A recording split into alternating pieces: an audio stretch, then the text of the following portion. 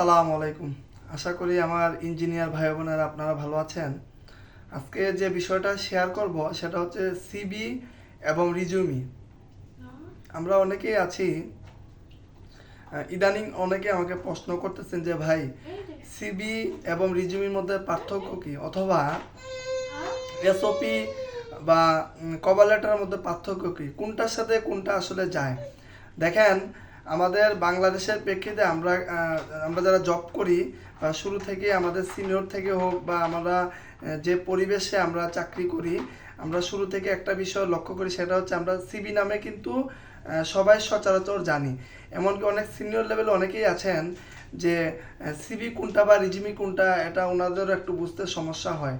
তো আমিও এতদিন জেনেছিলাম যে সিবি মনে হয় যেটা আমরা বিভিন্ন কোম্পানিতে দিয়ে থাকি, নিয়োগ প্রক্রিয়ার ক্ষেত্রে আমরা যেটাতে অ্যাপ্লাই করে থাকি, এটা মনে হয় আসলে সিবি মনে হয় বা এইটাই মনে হয়। কিন্তু অ্যানালাইজ করে দেখলাম বা অনেক এইচআর সেক্টর বা অনেকের সাথে কথা বলে দেখলাম আসলে সিবি বিষয়টা সম্পূর্ণ আলাদা। রিজুমির সাথে কিছুটা হলো মিল আছে, কিন্তু রিজুমি এবং সিবি মোটামুটি ভালোই দুইটা আলাদা, দুইটা সাইট আর কি।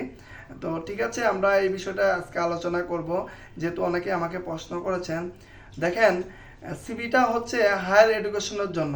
ধরেন আপনি বিএসসি কমপ্লিট করেছেন, আপনি এমএসসির জন্য কোনো একটা ইউনিভার্সিটিতে অ্যাপ্লাই করবেন বা দেশের বাইরের জন্য অ্যাপ্লাই করবেন, অথবা দেখা যায় আপনি পিএইচডির জন্য কোথাও কোনো একটা ইন্টারন্যাশনাল ইউনিভার্সিটি অথবা ভালো একটা ইউনিভার্সিটিতে আপনি অ্যাপ্লাই করবেন।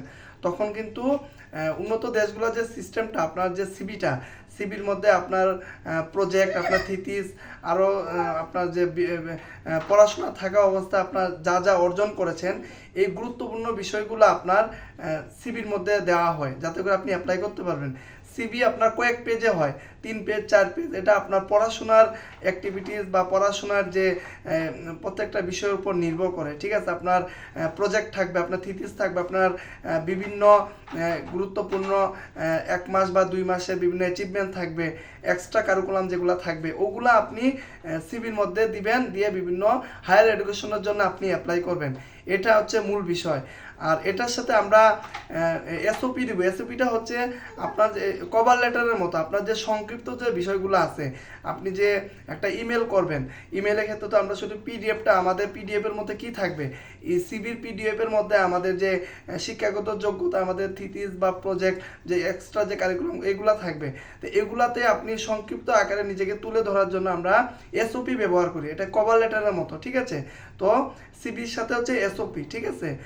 আর রিজুমি হচ্ছে যেটা আমরা নিয়োগ প্রক্রিয়ার কাছে আমরা দিয়ে থাকি, যেমন কোনো একটা কোম্পানিতে যখন সার্কুলার হয়, তখন আমরা এই যে রিজুমিটা দিয়ে থাকি। রিজুমির মধ্যে আপনার শিক্ষাগত যোগ্যতা থাকবে, আপনার কেরিয়ার সামারি, কেরিয়ার অবজেক্টিভ থাকবে, আপনার ধরেন আপনি করছেন, কি বলে, আপনি বিভিন্ন ট্রেনিং করেছেন, যেমন ইন্ডাস্ট্রিয়াল অ্যাটাচমেন্ট বা কোনো একটা ফ্যাক্টরিতে আপনি প্রজেক্ট করেছেন 1 মাস বা 2 মাসের, এইগুলা।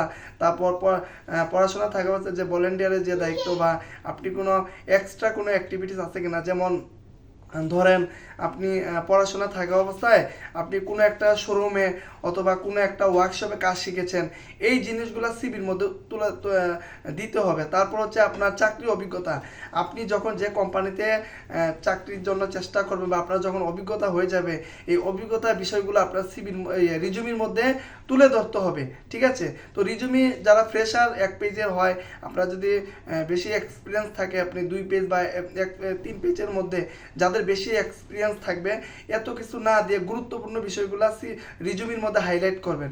আর কভার লেটার হচ্ছে এই যে আপনি 3 বছর 5 বছর চাকরি করেছেন, এই চাকরির অভিজ্ঞতাগুলো আপনি কভার লেটারের মধ্যে সংক্ষিপ্ত আকারে তুলে ধরবেন, ঠিক আছে। আপনি ধরেন আপনি ধরেন একটা কি বলে টেক্সটাইলে ছিলেন, হ্যাঁ, টেক্সটাইলের আপনি মেনটেন্যান্সে বা অপারেশনে ছিলেন, তারপরে গেছেন আপনি সিমেন্ট ফ্যাক্টরিতে, তারপর গেছেন আপনি ধরেন ফুড বেভারেজে।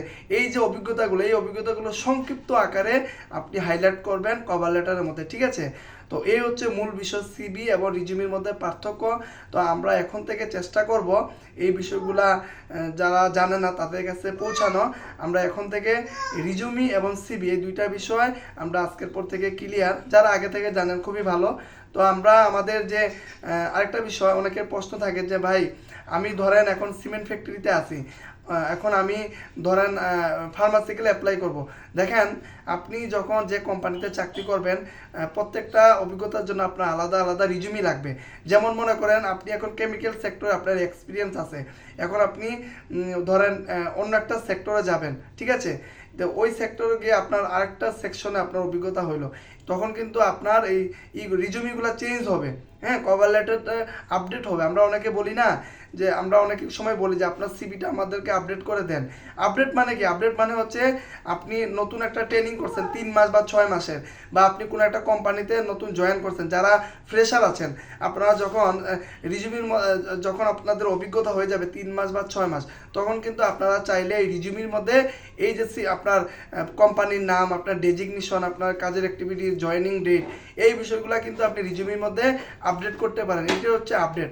আপনি নতুন একটা কোর্স শিখছেন অটোকেট বা ইলেকট্রিক্যাল হাউস ওয়্যারিং, এটা আপনি রিজিউমির মধ্যে আপডেট করে দিলেন। এইগুলো হচ্ছে আপডেট। তো আশা করি আমার বিষয়বস্তু আপনারা বুঝতে পেরেছেন।